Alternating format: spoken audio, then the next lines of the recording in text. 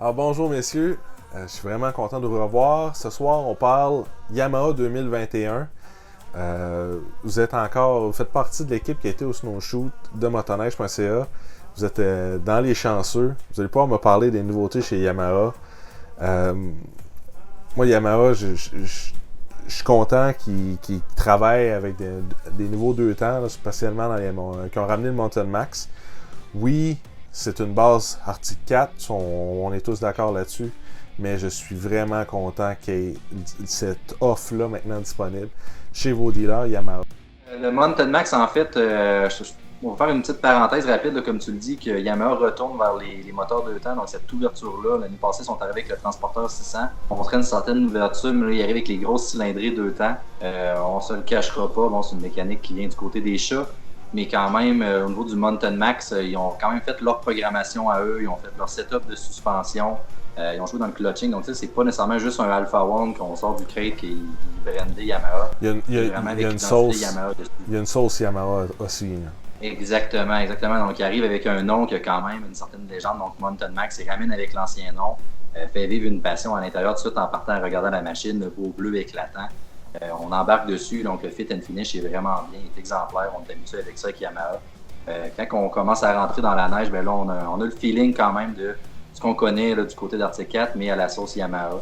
Réagit très très bien dans la neige, il faut s'habituer avec le single beam. Une fois qu'on a pris un peu son aise dessus, là, c'est vraiment une très très bonne machine de montagne, on est capable de faire en tout avec. Fait qu'on arrive à faire du side hill avec le single beam, vraiment, c'est excellent. C'est facile de tenir la ligne. Quand on réenclenche les gaz, on sort vers le haut, on monte. Donc vraiment une machine hyper puissante qui se débrouille très très bien dans la neige. Là. C'est excellent. Alors, je suis pas mal content de voir cette ouverture-là. Puis peut-être que si ça va bien cette année, parce que l'année passée, les transporteurs 600, ça s'est quand même bien vendu, étonnamment bien vendu. Puis là, ils ouvrent les vannes avec les Mountain Max et les Venom. Je serais curieux de voir qu'est-ce qui peut débarquer l'année prochaine avec un moteur 2 temps dedans aussi. Non, c'est sûr que, justement, c'est ça, comme je dis, avec l'ouverture qu'ils ont pour les moteurs 2 temps, qu'on voit de plus en plus dans tous les transporteurs 600 qui ont ouvert le bal. Cette année, on arrive avec les moteurs 800cc. L'année prochaine, est-ce qu'on va avoir une machine de sentier plus légère avec un moteur 2 temps du côté de Yamaha? L'avenir va le dire, mais ça l'ouvre la porte à ça. Ouais, c'est vraiment intéressant. Toi, de ton côté, Louis? J'ai essayé le Sidewinder XTX, qui était mon coup de cœur Yamaha cette année. Oui, c'est le fait d'avoir une chenille plus agressive, je trouve qu'elle rend plus sonore encore au moteur, à la puissance brute de ce moteur-là.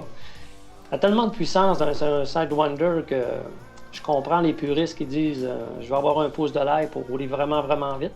Mais de la puissance, t'en as. T'en as jusqu'au temps que c'est absolument incroyable la puissance qui est développée sur ce moteur-là.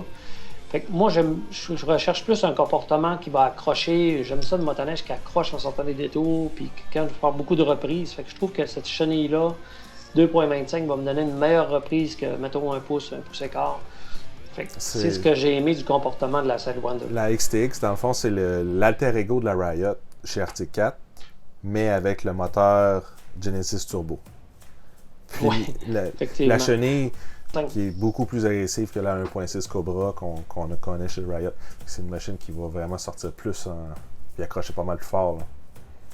Oui, puis aussi là, au niveau de la chenille, fait que cette traction-là, c'est sûr et certain que pour propulser ou encore transférer la puissance du moteur à la chenille, au sentier, puis avoir une efficacité, on a réellement une chenille qui est réellement intéressante.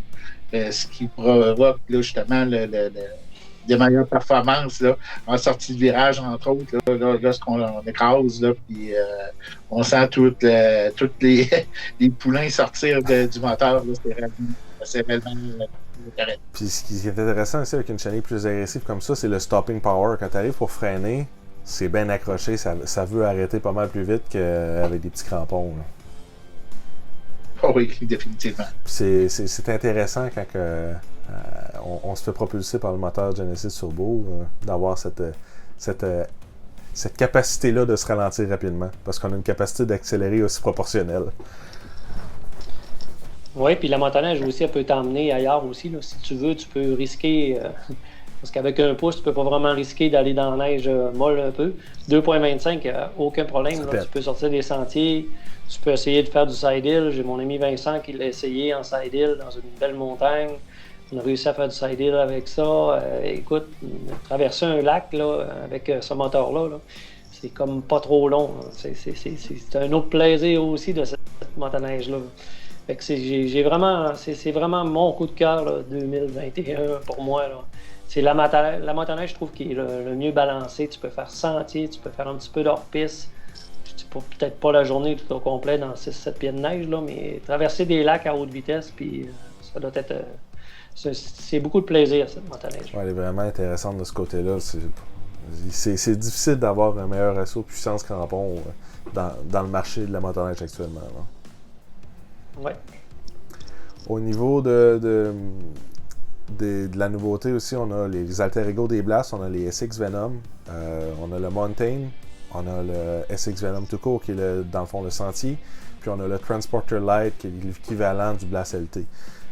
Messieurs, qui d'entre vous a essayé quoi? On va faire une petite transition là-dessus. Ben moi j'ai essayé le SX Venom, qui est le modèle de sentier. C'est réellement intéressant comme machine. Ça nous ramène à la base de la motoneige. On a une puissance de 65 HP. Là-bas, on avait moins que ça. Lorsqu'on va revenir ici au niveau de la mer, on va avoir nos 65 HP. Je fais un parallèle avec... j'ai déjà été propriétaire d'un rayon SRV des années 80. Ça avait 62 forces, puis c'était la grosse machine chez Yamaha. Là, on se retrouve avec 65 forces sur le Venom. Fait que c'est une machine qu'on va avoir des bonnes performances avec. C'est sûr et certain qu'on est loin du Sidewinder, mais pour entrée de gamme, ça fait une machine aussi qui est moins intimidante pour ceux qui n'ont pas besoin d'avoir toute cette puissance-là.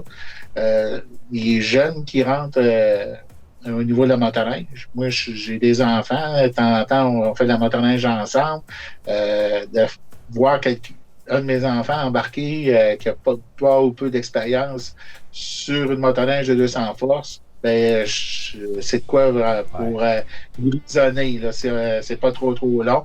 Fait qu'il faut bien les encadrer. Mais sur une machine de 65 HP, je pense que là, on touche à un segment qui est réellement intéressant. On veut amener nos adolescents avec nous en motoneige. C'est quelque chose qui est possible de faire.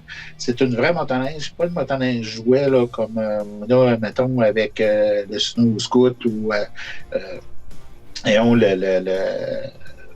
petite 120 cc. Là, on parle réellement d'une motoneige complète avec les cadrans tout. Fait qu'on peut aller en sentier avec ça. C'est homologué, il n'y a pas de problème.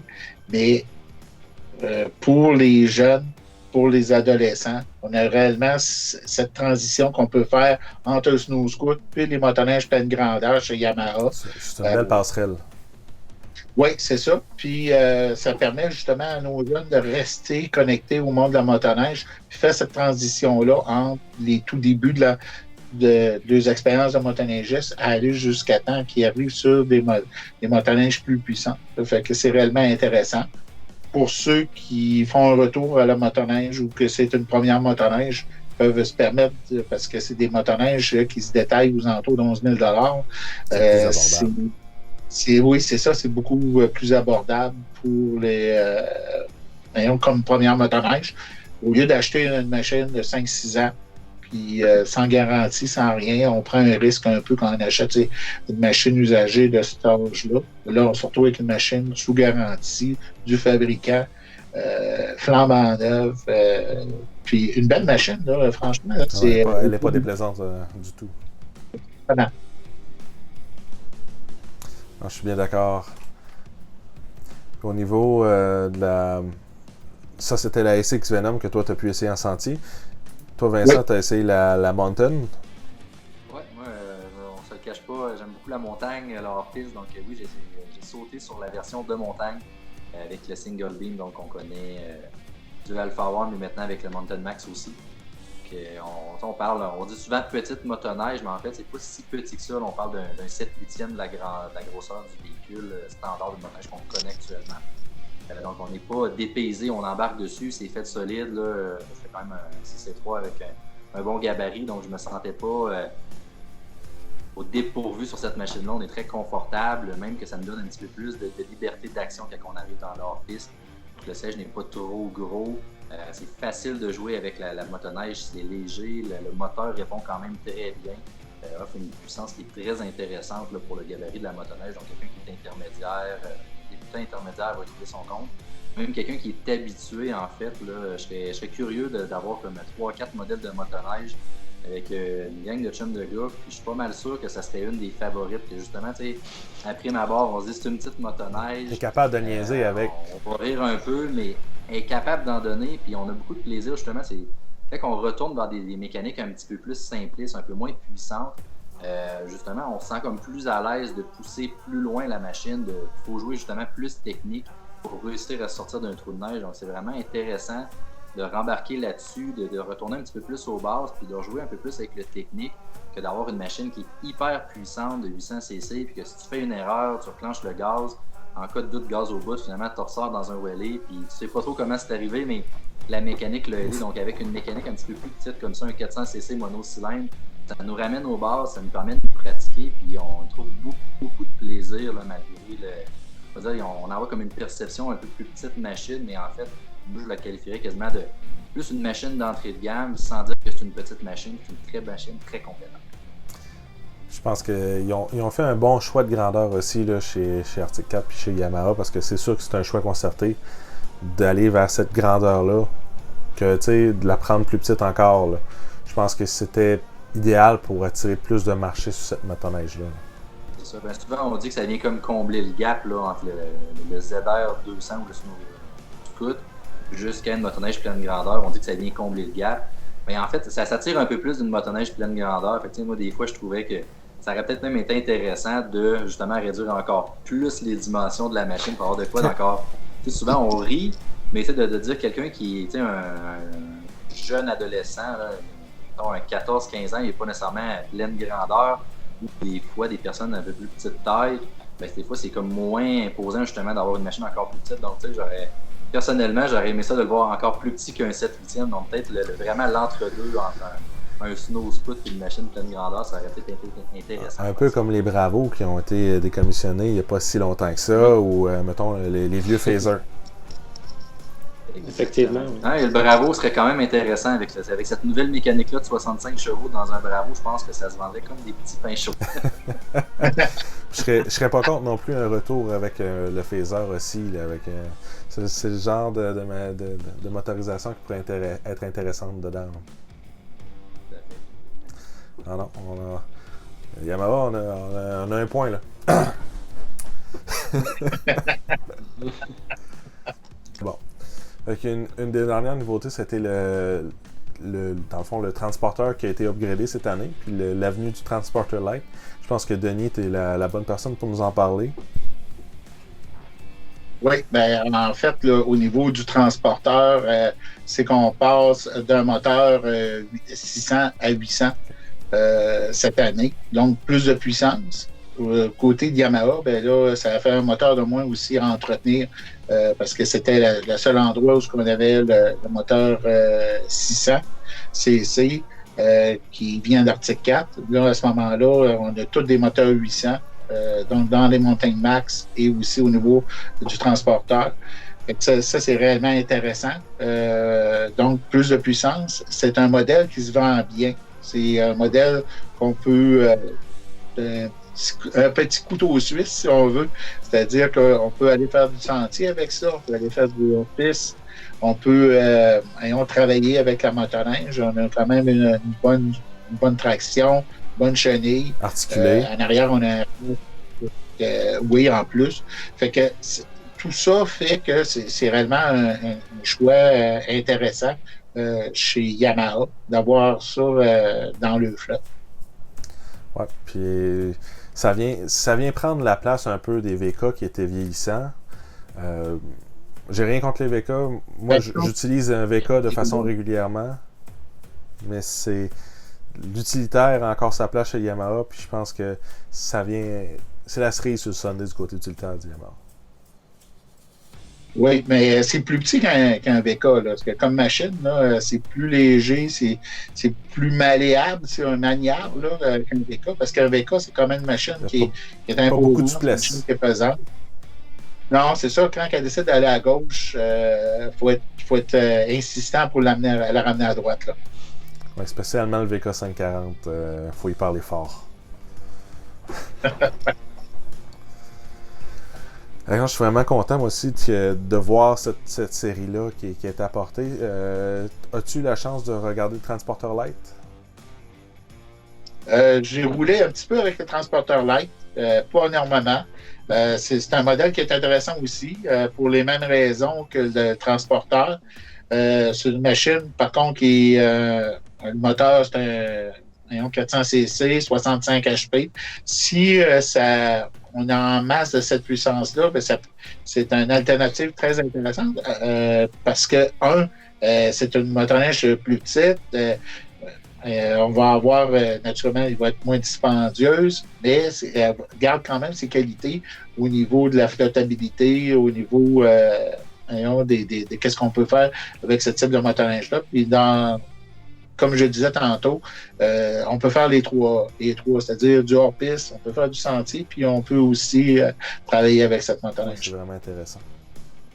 Là-dessus, messieurs, on est rendu à votre choix chez Yamaha. Ça n'a pas besoin d'être une nouveauté. Denis, on va commencer avec toi. Toi, chez Yamaha, qu'est-ce que tu aimerais rouler cette année? Oh, à tout seigneur, tout honneur, c'est réellement le Sidewinder SRX. J'ai rembarqué sur cette motoneige-là lors du snowshoe, puis c'est comme à la maison. Je rembarque dessus, là, puis on dirait qu'elle me complète, cette machine-là. C'est réellement impressionnant. Oui, on a la puissance, mais ce modèle particulier-là nous offre une position beaucoup plus agressive au niveau de... Lorsqu'on roule avec cette motoneige-là, ça prend les virages, c'est incroyable. C'est une expérience, c'est vraiment débile. J'en ai déjà parlé parce que, étant donné que où ce que je suis, où ce que je demeure, où ce que je roule le plus souvent, on a de la neige démêlée. J'ai posé la question à Yamaha, pourquoi qui ne donnait pas la chance, étant donné que c'est une machine qui se vend seulement le printemps, pourquoi qu'on n'a pas un choix de chenille? Ça serait intéressant. Oui, ça serait intéressant d'avoir une chenille avec une empreinte un peu plus grande, au lieu d'un pouce, peut-être un pouce et quart, voire un pouce et demi. Il y a d'excellentes chenilles sur le marché. Puis les gens de Yamaha nous disent SRX égale puissance, égale performance. Puis ils gardent le point à conserver une chenille d'un pouce, contrairement à Arctic 4, qui est dans le Thunder 4, qui est l'alter ego, là, finalement, du SRX, nous propose maintenant une chenille d'un pouce et quart. Donc, c'est petit point à améliorer. Moi, je dirais que quelqu'un qui, je sais pas, moi, il arrive une bad luck avec sa chenille, il doit la changer. Moi, personnellement, je pense que j'irais avec une chenille avec une empreinte un petit peu plus grande, là, justement, pour me donner plus de traction dans la neige démêlée. Ouais, ça serait une option intéressante, je suis bien d'accord. Le mot de la fin, mon Denis, sur ton SRX. En conclusion, au niveau du SRX, c'est vraiment une machine ultra sport qui a été conçue, développée par Yamaha pour la performance. Si vous avez la chance d'essayer cette machine-là, puis vous aimez la conduite très sportive, c'est vraiment une machine que vous devez aller essayer. C'est réellement incroyable. Puis aussi, j'en ai même pas parlé, mais on a la possibilité d'ajuster notre suspension directement en conduisant. On peut mettre plusieurs modes. Donc, lorsque les sentiers sont comme fraîchement surfacés, on peut mettre une suspension plus dure. Si on a besoin d'un autre setting pour lorsque c'est un petit peu plus bosselé, Là, à ce moment-là, on peut mettre notre suspension plus molle un peu, puis aller s'amuser avec ça. C'est réellement une expérience incroyable.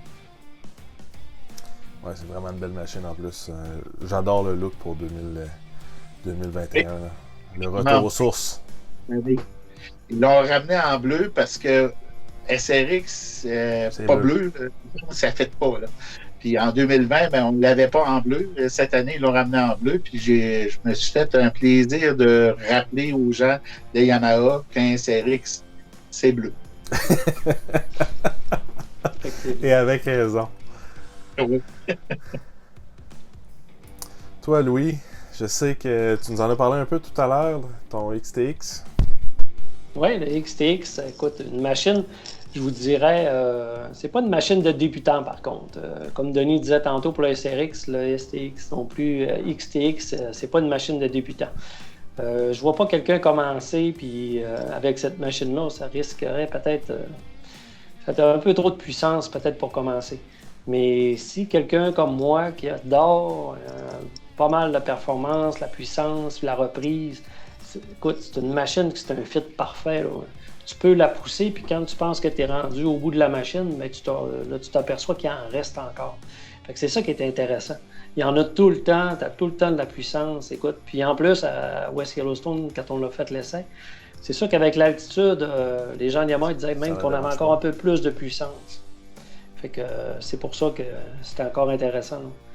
Fait qu'on avait un petit peu plus de puissance à cause du turbo. Fait que c'est sûr que ça devient... c'est que du plaisir et bien des émotions. Moi aussi, je suis d'accord avec la XTX. Puis personnellement, ça serait dans le line-up, ça serait mon choix. Puis je trouve que Yamaha a fait les bonnes configurations. C'est le genre de configuration que j'aimerais avoir en option sur le Riot. D'avoir cette chenille-là plus agressive. Ça serait vraiment intéressant d'avoir ça sur le Riot. Là, de l'avoir du côté du XTX avec le Genesis Turbo qui est incroyable au niveau performance. Je pense que c'est vraiment intéressant. Puis on va conclure avec toi, Vincent. De ton côté, ton choix? Mon coup de cœur chez Yamaha, j'adore le retour du 2 temps chez Yamaha. Donc oui, la Mountain Max sera un choix quand même tout désigné pour moi. Mais malgré tout, mon coup de cœur, je vais me diriger vers Venom Mountain. J'aimerais bien ça avoir ça à la maison, en fait, là, pour pouvoir faire pratiquer ma blonde, mon neveu là, qui commence à justement à avoir le regard vers les bébés à moteur, là, qu'on va les appeler. Donc, tu sais, vraiment de pouvoir commencer à leur montrer, essayer de les éduquer un petit peu sur les techniques de motoneige de montagne, de commencer à leur faire vivre la passion de la motoneige. Puis, c'est sûr que je ne cacherai pas que moi aussi, j'irais passer plusieurs heures au bord, au volant, en fait, là, de cette petite, je dis petite, mais cette rutilante machine là, qui n'est pas si petite que ça. Vraiment, c'est une très très belle surprise de la part de Yamaha de justement rentrer dans ce créneau-là des machines entrée de gamme à des prix qui sont plus abordables pour justement ramener du monde vers ce sport-là. C'est merveilleux. Ouais, puis tu sais, comme deuxième machine dans une famille, comme tu as dit, c'est merveilleux de pouvoir donner la base à quelqu'un. C'est un des plus beaux cadeaux que tu peux faire à ces gens-là, c'est de bien les partir. Puis c'est la bonne machine pour faire ça. Merci messieurs d'avoir été avec nous pour parler des modèles 2021 chez Yamaha. Je suis certain que nos auditeurs sont vraiment contents qu'on ait un portail pour en parler en ces temps un peu plus difficiles. Puis on le sait, les concessions, vous ne pouvez pas y aller, mais les gens sont quand même accessibles au téléphone ou via le web. Contactez vos représentants Yamaha. Les machines sont disponibles en pré-vente jusqu'au 18 avril. Puis, je connais pas un garage qui prend pas les appels téléphoniques pour vous vendre votre nouvelle Yamaha 2021. C'est vraiment important de prendre le temps de les appeler puis de leur jaser. C'est encore disponible. C'est pas parce qu'on est en confinement à la maison que on n'aura pas une saison 2021. Ça, je trouve ça vraiment important de le mentionner. Et ce que je trouve aussi important de mentionner, c'est merci messieurs d'avoir été là avec nous, d'avoir pris le temps de venir parler des motoneiges 2021. Je pense que moi j'ai grandement apprécié, puis je suis certain que nos auditeurs ont apprécié aussi. Merci messieurs. Puis je vous souhaite une bonne fin de soirée, puis on se reprend dans un prochain vidéo. Ciao, merci. bye. Merci messieurs.